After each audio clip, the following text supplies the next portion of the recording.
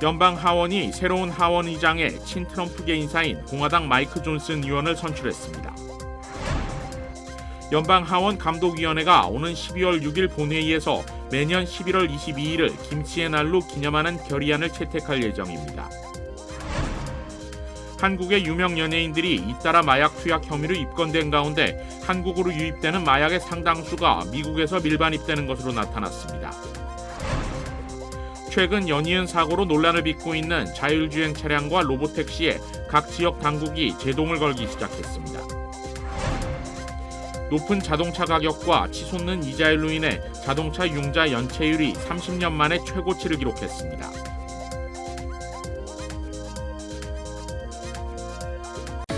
한미은행이 꿈을 미래로 이어갑니다. 꿈을 도전으로, 도전을 기회로, 기회를 미래로. 당신에겐 언제나 한미은행이 있습니다. Bank on your dreams. 한미은행.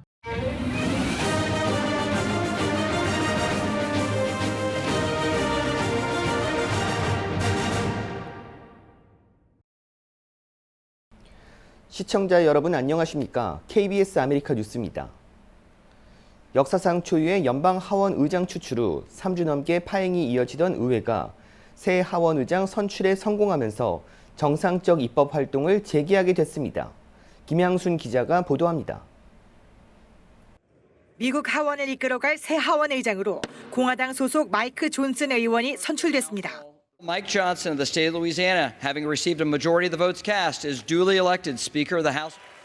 존슨 의장은 민주당에선 한 표도 얻지 못했지만 공화당 220명 전원의 지지를 받아 과반 득표에 성공했습니다.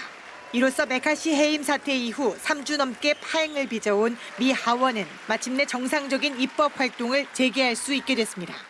Let the enemies of freedom around the world hear us loud and clear. The People's House is back in business. 미 공화당은 앞서 정부 셧다운을 막기 위해 민주당과 협의해 임시 예산안을 통과시킨 케빈 메카시 전 하원 의장의 반발에 사상 처음으로 의장을 해임했습니다. 이후 3주 동안 3명의 의장 후보를 선출했지만 모두 당내 규합에 실패하며 낙마했습니다. 여기에는 공화당의 막강한 대선 후보인 트럼프 전 대통령의 입김이 크게 작용했습니다. Tom Emmer, it looks like he's finished. Looks like he's finished. 트럼프 전 대통령은 존슨 새 의장과 함께 가길 강력히 제안한다며 공개 지지를 표명했습니다. 존슨 새 하원 의장은 트럼프의 2020년 미국 대선 결과 전복 시도를 여전히 지지하는지 묻는 질문에 답변을 피했습니다. Next question. 바이든 미 대통령은 새 하원 의장의 선출 소식에 이제는 움직여야 할 때라고 말했습니다. We got a new speaker, or likely to have a new speaker. I hope that's true, because we have to get moving. 그러나 미 대선을 1년 앞둔 상황에서 친트럼프 강경파 하원 의장이 등판한 만큼 우크라이나 지원과 내년도 예산안 등 당면한 현안을 두고 협상에는 난항이 예상됩니다. 워싱턴에서 KBS 뉴스 김양순입니다. 연방 차원에서 매년 11월 22일을 김치의 날로 공식 기념하게 될 전망입니다. 김민선 미주한인 이민사 박물관장은 김치의 날 결의안 초당 작성부터 정치권 설득 작업을 주도한 인물로 연방하원 감독위원회가 오는 12월 6일 본회의에서 김치의 날 결의안 HR 280을 올려 채택하기로 했다고 밝혔습니다. 김치의 날 기념 결의안은 표결 없이 한인 공화당 소속 영킴 연방하원 의원이 본회의에서 내용을 발표하는 형식으로 채택됩니다. 김 의원은 공화당과 민주당 의원 14명이 참여한 이 결의안을 대표 발의했습니다. 김치의 날을 연방 차원에서 공식 기념일로 지정하는 결의안은 지난해 처음 발의됐지만 회기 만료로 폐기됐었습니다. 결의안에는 김치는 한국의 전통 식품이고 최근 한국뿐 아니라 다양한 소비자들에게 사랑받고 있다는 내용이 담겼습니다. 또 2023년은 미주한인 이민 120주년이자 한미동맹 70주년으로 한인사회가 미국에 다양한 공헌을 했다는 내용도 적시됐습니다. 한국의 마약 문제도 심각한 수준인데요. 미국에서 국제우편을 통해 밀반입되는 마약들도 많은데 이번에는 유명 연예인들까지 마약 관련 문제로 검거되며 사회적 문제로 떠오르고 있습니다. 보도에 이우수 기자입니다. 한국의 유명 배우 이선균 씨가 마약 투약 혐의로 입건된 가운데 오늘은 가수 지드래곤 권지용 씨가 추가 입건됐습니다. 인천경찰청 광역수사대 마약범죄 수사계는 권지용 씨의 입건은 이선균 씨와 별개의 건이라고 선을 그었지만 결국 마약에 관련된 위법 사항이라는 점에서는 동일합니다. 경찰은 유명 연예인들이 강남 유흥업소 일대에서 투약한 것으로 보고 수사를 진행하고 있습니다. 투약이 이뤄진 곳은 프라이버시가 보장되는 최고급 유흥업소로 확인됐는데 3, 4인 기준 술상값은 800만 원에서 1000만 원에 달하는 것으로 전해지고 있습니다. 일반인들이 아닌 유명 연예인이나 스포츠 선수, 재벌가의 출입이 잦은 은밀한 장소인 겁니다. 경찰은 해당 업소에서 유명 연예인이나 재벌가를 상대로 마약 투약이 이뤄진 것으로 보고 수사를 확대하고 있습니다. 수사가 진행될수록 관련 문제로 인한 사회적인 논란은 더 커질 전망입니다. 한국이 더 이상 마약 청정지대가 아니라는 말은 수년 전부터 흘러나오고 있습니다. 특히 미국에서 밀수되는 마약류가 상당한데 관세청은 한국으로 유입되는 마약 중 미국에서 밀수되는 마약이 전체의 29%를 차지하고 있다고 발표했습니다. 이 중에서는 기호용 마리화나가 합법인 캘리포니아주에서 밀수되는 물량이 상당한 것으로 확인됐는데 대부분 전자담배 형태의 마리화나 카드리지와 일반 마리화나로 집계됐습니다. 관세청은 미국에서 밀수되는 마약류를 근절하기 위해 기내 수화물 검사를 확대하고 국제우편을 통한 밀반입 검사를 늘리기로 결정했습니다. 또한 지난달 주한미군 군사우편을 통해 마약을 밀수한 용의자와 투약자 등 22명이 검거된 것에 관련 미군 당국과 공조해 부대에서 반출되는 마약류를 근절하기 위한 노력도 병행하기로 했습니다. KBS 뉴스 이우수입니다. 교환학생 프로그램으로 미국에 입국한 10대 한국 청소년이 정신병원에 강제로 갇히는 피해를 봤다고 주장해 파문이 일고 있습니다. KBTV 김은지 기자가 보도합니다. 한국의 한 대학 교수로 재직 중인 학부모 조모 씨에 따르면 중학교 3학년 1학기를 마친 아들이 한 유학원의 소개를 받아 미국 내 교환학생 프로그램 운영기관인 S사의 주선으로 휴스턴 인근 소도시인 뷰몬트 지역 내 홈스테이 가정에 지난 8월 4일 입주했습니다. 어머니 조 씨에 따르면 몸이 불편한 노 부부는 조 씨의 아들에게 집안의 온갖 잡일부터 반려동물 배설물을 치우는 일까지 강요했다고 주장했습니다. 결국 한 달 반 만에 다른 홈스테이 집으로 옮겼는데 조 씨 아들이 들어간 두 번째 홈스테이 가정에는 젊은 부부 사이에 7살짜리 남자아이가 있었습니다. 조 씨 아들은 7세 남아를 동생처럼 돌봐주며 새로운 환경에 적응하려 했지만 이 가정의 엄마는 조 씨 아들이 남아를 만진다는 이유로 사흘 만에 퇴거를 요청했습니다. 조 씨는 한국에서 해당 가정에 이메일을 보내 어릴 때부터 교회에서 공동체 생활을 하면서 어린 동생들을 돌봐온 아들이 어린아이에 대한 친근감을 한국식으로 표현했을 것이라고 해명했으나 7세 남아의 엄마라는 이 여성은 자신이 어렸을 때 15세 청소년에게 성추행을 당한 전력이 있어 30년 동안 힘들었다는 답변으로 아들의 성추행을 단정지었다고 황당했습니다.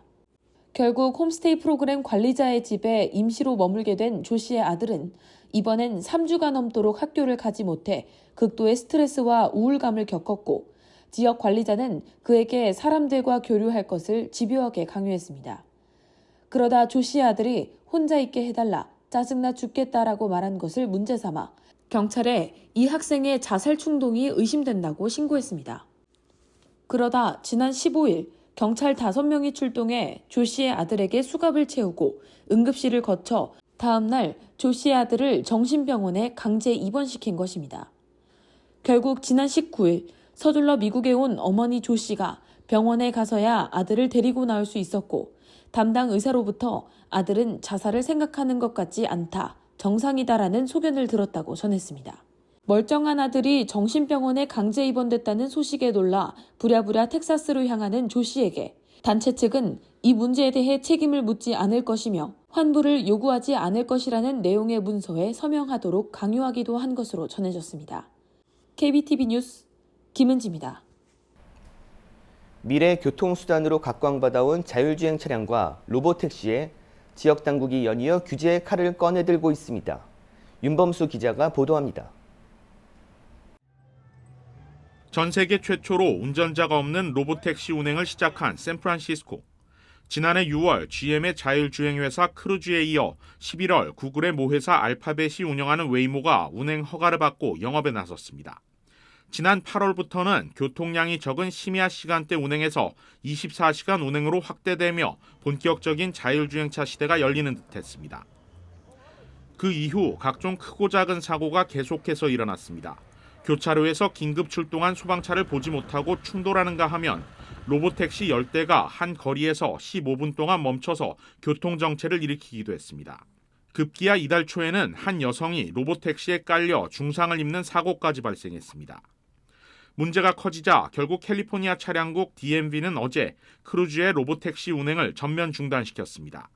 샌프란시스코시 당국은 크루즈와 웨이모의 운행 허가를 내준 캘리포니아 공공유틸리티위원회를 상대로 결정을 재고하라며 소송까지 제기했습니다. 그리고 당초 자율주행차 확대 도입을 검토해왔던 LA시도 입장을 180도 바꿔 규제 움직임에 동참했습니다. 휴고 소토 마르티네즈 LA시 의원은 오늘 LA시 검찰이 샌프란시스코가 제기한 소송에 동참할 것을 촉구하는 발의안을 시의회에 제출했습니다. Let me be clear. The city of Los Angeles should not be a test subject for the tech industry. Robot taxi safety incidents, including crashes and congestion, are becoming the norm across the country, having taken place in Austin, San Francisco, Nashville, Houston, and so much more. Some of the stories that I've heard are absolutely egregious and should not be happening here in the city. 이번 논란은 크루즈뿐만 아니라 상대적으로 큰 사고 없이 운행해온 웨이모에도 불똥이 튀고 있습니다. 구글 LA 본부가 있는 베니스 비치와 산타모니카 등지에선 연일 운행 중단을 촉구하는 시위가 이어지고 있습니다. 자율차 도입 반대 움직임에는 택시 노조 등 운송업계의 반발도 한몫하고 있습니다. 그동안은 공용 테크업계의 로비에 정부가 끌려가는 형국이었지만 자율주행 기술이 사람을 뛰어넘었다고 하기엔 아직 충분한 검증이 안 됐다는 여론이 커지면서 이들의 목소리에도 힘이 실리고 있습니다. We stand to lose over 200,000 jobs in the state of California if this is permitted. Our governor has ignored the 75% of the public in California that is against autonomous vehicles. LA 시의회의 이번 발의안을 시작으로 그동안 거침없이 달려온 자율주행차 시장에 제동을 거는 움직임이 각 지역별로 이어질 것이란 전망입니다. KBS 뉴스 윤범수입니다. 지난주 말리부 인근 퍼시픽 코스트 하이웨이에서 4명의 여대생을 차로 치어 숨지게 한 운전자가 체포됐습니다. LA 카운티 셰리프국은 22살 프레이저 마이클 봄을 어제 다시 체포했다고 밝혔습니다. 봄은 지난 17일 밤 8시 30분 자신의 차량을 타고 과속으로 달리다 중심을 잃어 차량은 오른쪽 갓길에 주차된 차량들과 부딪힌 후 인도에 있던 여대생 4명을 덮쳤습니다. 사고로 페퍼다인 대학 여대생 4명은 차량에 치여 현장에서 숨졌습니다. 운전자 봄은 사고 직후 경찰 조사를 받고 차량 과실치사 혐의로 체포됐다가 그 다음 날 아침 풀려났습니다. 그리고 사고 일주일 만인 어제 다시 체포됐는데 셰리프국은 보강 수사 중 봄의 혐의가 차량 과실치사에서 살인으로 무거워졌기 때문이라고 설명했습니다. 과속으로 4명을 숨지게 한 점에서 미필적 고의에 의한 살인으로 혐의가 더 중대하게 작용된 것입니다. 봄에게는 $800만 보석금이 책정됐으며 셰리프국은 이번 사고를 계속 수사 중으로 목격자가 있다면 꼭 연락해달라고 당부했습니다. 높은 자동차 가격과 치솟는 이자율로 인해 자동차 융자 연체율이 급증하고 있습니다. 신용평가회사 피치 레이팅스 조사 결과 지난달 60일 이상 연체된 자동차 융자 건수 비율은 6.11%로 집계됐습니다. 이는 지난해 같은 기간과 비교해 13.3%포인트 오른 것으로 30년 만에 최고치를 기록했습니다. 전문가들은 연체율이 꾸준히 증가하는 이유로 고가의 자동차 가격과 맞물려 높은 이자율 때문으로 분석했습니다. 신차 평균 가격은 $48,000로 여전히 역대 최고 수준을 기록 중이고 중고차 평균 가격은 $34,000여대를 보이고 있습니다. 여기에 전미 자동차 노조 파업에 따른 생산 차질로 자동차 가격은 더 상승할 여력이 있다고 전문가들은 전망했습니다. 뱅크레이트는 지난 9월 신용점수 501에서 600점에 해당하는 서브프라임 이자율은 신차 11.72%, 중고차 18.49%였으며 500점 이하 딥 서프라임은 신차 11.18%, 중고차 21.38%에 달해 지난 2분기에 매달 최소 $1,000 이상을 내는 소비자 비율은 17.1%로 나타났다고 밝혔습니다. 또 신차, 중고차의 평균 월 페이먼트는 각각 $770와 $592로 집계됐습니다. 이스라엘이 미국의 요청으로 지상군 투입을 연기했다는 보도가 나왔는데요. 이스라엘 총리는 즉각 이를 부인하고 하마스에 대한 지금까지의 공격은 시작에 불과하다고 말했습니다. 보도에 공웅조 기자입니다. 우리는 지상 침공을 준비하고 있다. 시점은 전시 비상내각의 만장일치 합의에 따라 결정될 것이며 이스라엘 시민들이 무기를 들 것을 촉구한다. 네타냐후 이스라엘 총리가 TV 연설을 통해 밝힌 지상전 관련 내용입니다. במקביל אנחנו נערכים לכניסה קרקעית. אני לא אפרט מתי, איך, כמה. 가자 민간인들의 남부 대피를 거듭 경고하며 지금까지의 공격은 시작일 뿐이라고도 밝혔습니다. 이 발언은 미국의 요청을 수용해 지상 공격을 미루기로 결정했다는 외신 보도가 나온 직후 나왔습니다. 앞서 월스트리트 저널과 뉴욕타임스 등은 중동 지역 미군 기지에서 미사일과 드론 공격을 막을 수 있는 방어망 확충에 시간이 필요하고 인질 석방 문제 등으로 지상작전을 시작할 준비가 되어 있지 않아 미국이 이스라엘에 지상군 투입 연기를 제안했다고 보도했습니다. 네타냐후 총리는 하마스 기습 공격을 예측하지 못했다는 책임론과 관련해 전쟁이 끝난 뒤 참사를 규명하겠다고 말했습니다. 한편 220명에 달하는 인질 석방과 관련해 협상을 중재하고 있는 카타르 총리가 협상에 일부 진전이 있다고 말했습니다. وأن حل هذه الأزمة يتطلب تواصلا مستمرا واستجابة سريعة لخفض من تدهور الأوضاع ونثمن جميع الجهود الإقليمية والدولية والأممية في هذا الشأن. 유엔은 가자와 이스라엘에서 발생한 민간인 학살 등 전쟁 범죄를 조사하기 위한 위원회를 꾸렸습니다. It's difficult to understand how international law can be observed in the current circumstances. 가자지구 보건부는 현지 시간 어제 하루 동안에만 이스라엘 공습으로 750여 명이 숨져 팔레스타인 사망자가 6,500명을 넘었다고 밝혔습니다. 양측 사망자는 7,900여 명에 달합니다.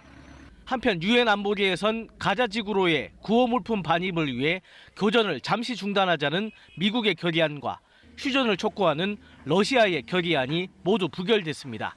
KBS 뉴스 공조입니다.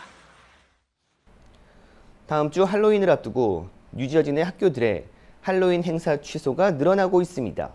자세한 내용을 KBTV 정지원 기자가 전합니다. 뉴저지주 내에서 할로윈 퍼레이드 행사를 취소하는 학군이 늘고 있습니다. 뉴저지 메이플우드에 위치한 학군이 올해 할로윈 당일 각 학교에서 진행하던 할로윈 퍼레이드를 전면 취소한다고 발표했습니다.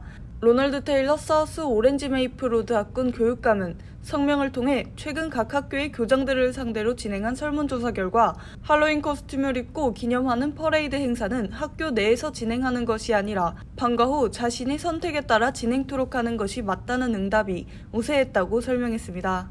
이어 매년 진행되는 할로윈 퍼레이드는 아이들의 커스튬을 살 경제적인 능력이 없는 가족들에게는 부담으로 작용할 뿐 아니라 기독교인, 유대교인, 무슬림 등 종교를 가진 아이들의 종교적 신념과 문화를 무시하는 처사이기 때문이라고 덧붙였습니다. 이 같은 발표에 대해 필 머피 주지사는 SNS를 통해 학교 내 할로윈 행사를 취소한다는 말이 진짜냐고 반문하며 아이들이 즐겁게 보낼 수 있도록 할 수 없냐며 믿지 못하겠다는 반응을 보였습니다. 지난 2015년도에 메이플우드 학군의 한 학교는 교내 할로윈 행사를 전격 취소한 바 있으며 세스보이든 초등학교 측은 전교생 가운데 약 5분의 1이 다양한 이유로 할로윈 행사에 참석하고 있지 않은 실정이라고 전했습니다. 이처럼 경제적인 이유와 종교적인 이유로 할로윈 퍼레이드 행사에 참여하지 않고 배제되는 학생이 많아지면서 많은 학교가 할로윈 대신 가을 축제 형식으로 변경하는 방안을 채택하고 있습니다. KBTV 뉴스 정지원입니다. 조 바이든 행정부가 전문직 취업 비자 신청 자격을 강화하겠다는 방침을 제시해 범위가 대폭 좁아질 것이라는 예측이 나오고 있습니다. KBTV 전상희 기자입니다. 국토안보부는 연방관보에 H-1B 현대화 등을 위한 개선 방안 제안을 발표했습니다. 국토안보부는 자격 요건을 간소화하고 효율성도 높이기 위한 차원이라고 설명했지만 관련 전문가와 기업들은 이번 제안이 H-1B 신청 자격을 더 까다롭게 만들 수 있다며 우려하고 있습니다. 내용을 보면 H-1B 신청 자격에는 학위, 전문성이 직위와 직접 연관돼야 한다는 문구가 추가될 전망입니다. 일반 학위로 해당 직업을 수행할 수 있다면 전문직이 아니라고 간주한다는 내용도 추가할 것을 제안했습니다. 컴퓨터 공학 직업으로 H-1B를 신청하는 경우 학위 역시 직접 연관 있는 학위여야 한다는 것입니다. 특정 전공이 아니더라도 일할 수 있는 직업의 경우 H-1B를 발급할 수 없다는 해석이기도 합니다. 이민법 전문 변호사는 전문직 비자를 타이트하게 가져가려는 방향이라며 H-1B 신규 신청은 물론 학위와 직접 연관 없는 직업으로 H-1B를 연장하려는 이들도 영향을 받을 수 있다고 전했습니다. 이미 아마존, 메타 등 대기업들은 많은 직원의 비자 연장이 어려워질 수 있다며 반발하는 움직임을 보이고 있습니다. 이와 함께 H-1B 추첨 시스템도 청원 기업 중심이 아닌 수혜자 중심으로 바뀝니다. 최근 당첨 확률을 높이려 페이퍼 컴퍼니 등을 활용해 중복 신청하는 경우가 급증하자 이를 막기 위해 고안한 방침입니다. 이외에 미국 유학을 마치고 졸업 후 현장 실습, OPT 프로그램으로 구직 중인 유학생이 H-1B를 받을 때까지 OPT를 연장해주는 캡 종료 시한도 연장됩니다. 기존에는 OPT가 9월 30일까지 연장됐지만 H-1B 수속 기간이 지연되는 경우 등을 감안해 이듬해 4월 1일까지 연장해 주기로 한 것입니다. 또 스타트업 창업자에게도 H-1B 신청 기회를 주기 위해 창원자는 고용인, 수혜자는 직원이어야 한다는 문구도 삭제할 계획입니다. KBTV 뉴스 전상입니다.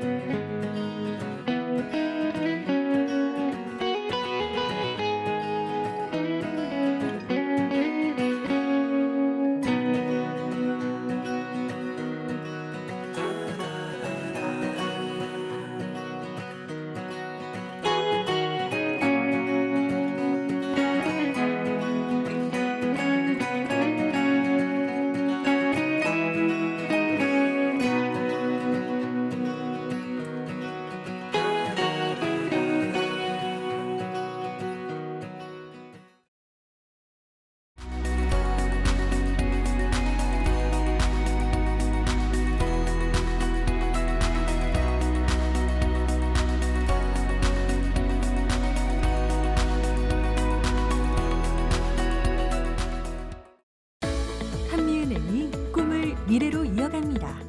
꿈을 도전으로, 도전을 기회로, 기회를 미래로. 당신에겐 언제나 한미은행이 있습니다. Bank on your dreams. 한미은행. KBS 아메리카 뉴스 마칩니다. 시청해 주셔서 고맙습니다.